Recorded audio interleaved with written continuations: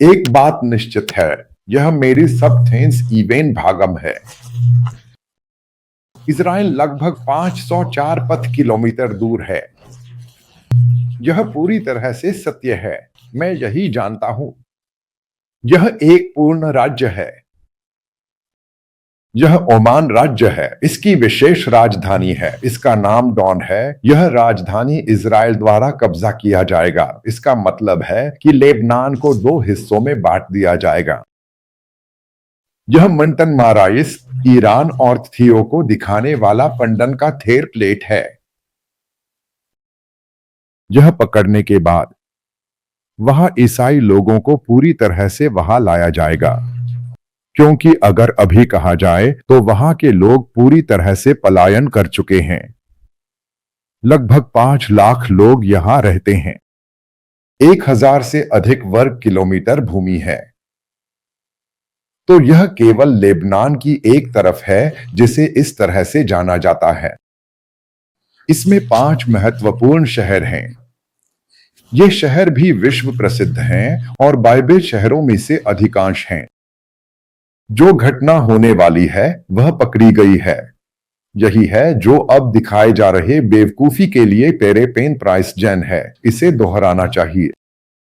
यानी air stage खत्म होने पर इजरायली बल अंदर घुस जाते हैं। इस स्थिति में सभी लोग भाग रहे हैं क्योंकि अभी कोई लेवल 1 शासन की बात नहीं हो रही है। इसका कारण यह है कि जो पार्टी शासन कर रही है वह एक वहां चुनावी सरकार है जो पहले बनाए गए एक घटना के नाम पर है।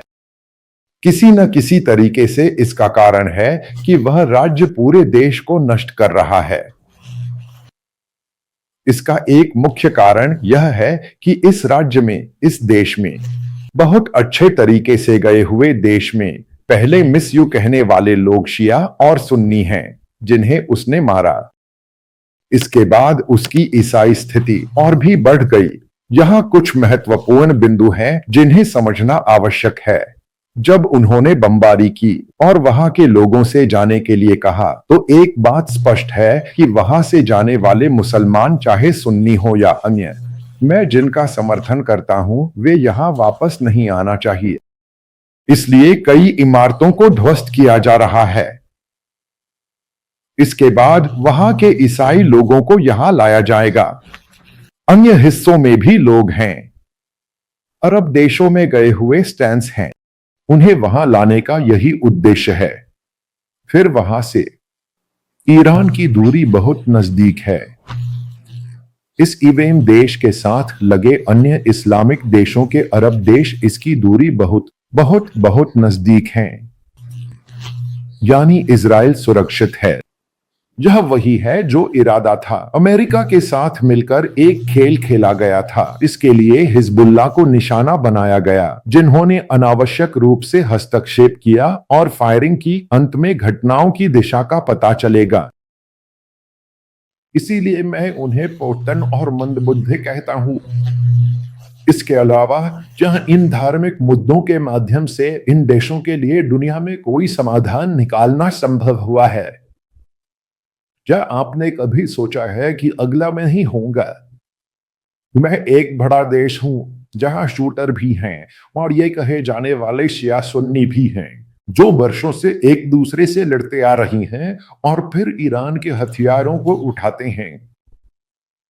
वहां उन्हें ताली बजाई जा रही है। वे दूसरों को जोड़ रहे हैं। उस देश के लिए यही सब कुछ है जो अब आने वाले समय में होने वाला है। यह एक संदेश है। अरब देशों के बीच वे आपस में मिल रहे हैं। इस बीच यह फिलिस्तीनी मुद्दा सामने आ रहा है। हमास का स्यू आ रहा है और यह बेवजह फायर कर रहा है। इससे कोई फर्क नहीं पड़ता।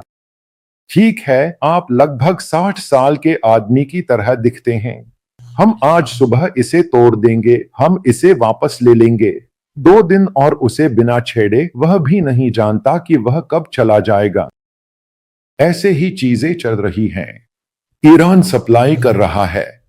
निश्चित रूप से यह मैं आधा पकड़कर विशेष देश बन गया सबसे बड़ा खतरा है। ये कई देशों के लिए खतरा है। वहां अमेरिका का बेस आएगा। वहां इजरायली समर्थन के साथ सरकार आएगी। इसका मतलब है कि वहां एक ईसाई बहुसंख्यक वाला देश होगा। इसके बाद दक्षिण पूर्व दक्षिण मध्य पूर्व एशिया यानी वेस्ट एशिया का पूरा बेहतर रूपांतरित हुआ। सोचिए, यहां अक्टूबर 7 की बात की जा रही है। उन्होंने इजराइल में घुसकर लगभग 1000 लोगों को मार डाला है। 200 लोगों को बंदी बना लिया गया है। बाद में विचार करते हुए गार ने कहा कि उन्होंने नाश कर दिया। गाजा में लगभग 12 लाख लोग थे। इस समय मैंने कहा कि लगभग 1 लाख लोग मरेंगे। मैंने कहा कि लगभग 1,50,000 लोग सीरियल में शामिल होंगे और गाजा में जो घटना है वह समाप्त हो जाएगी। यह अंततः क्या हासिल हुआ? पादरी, क्या सभी को लाभ हुआ? अब ये सब जो कह रहे हैं वो वैश्विक ध्यान पाने के लिए किया गया है। फिर ये महत्वपूर्ण देश जैसे सऊदी अरब, जॉर्डन और अन्य कई देश खड़े हैं। ईरान, इजराइल में हमले के समय विचार करें।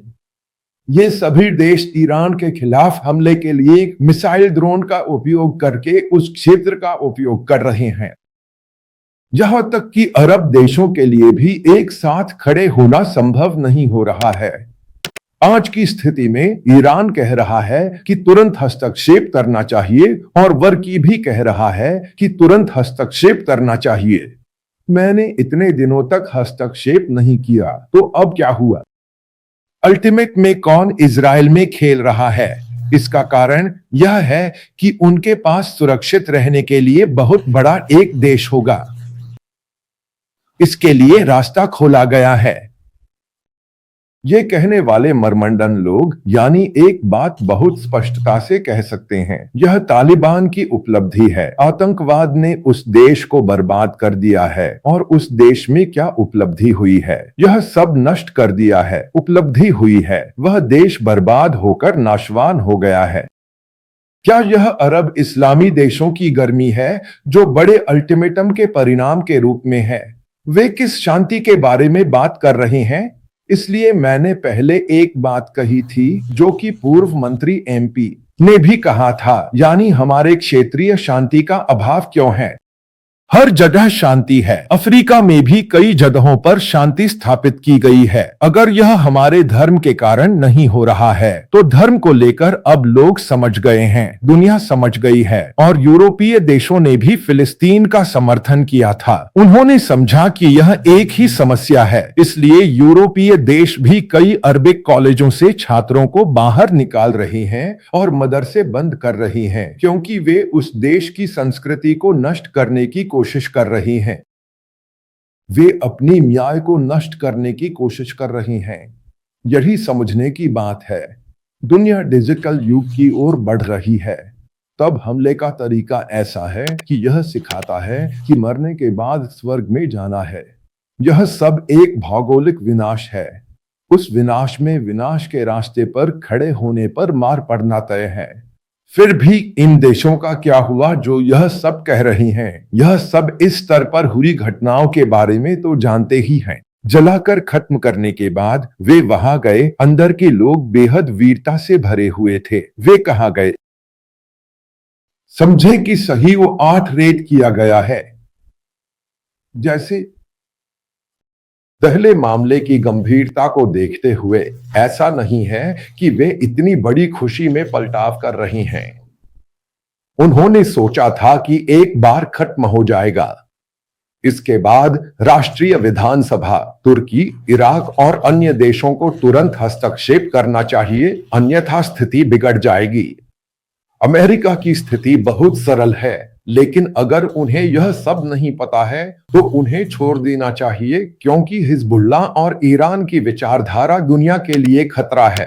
इसे नष्ट करना, इसे नियंत्रण में लेना, यही उनका उद्देश्य है।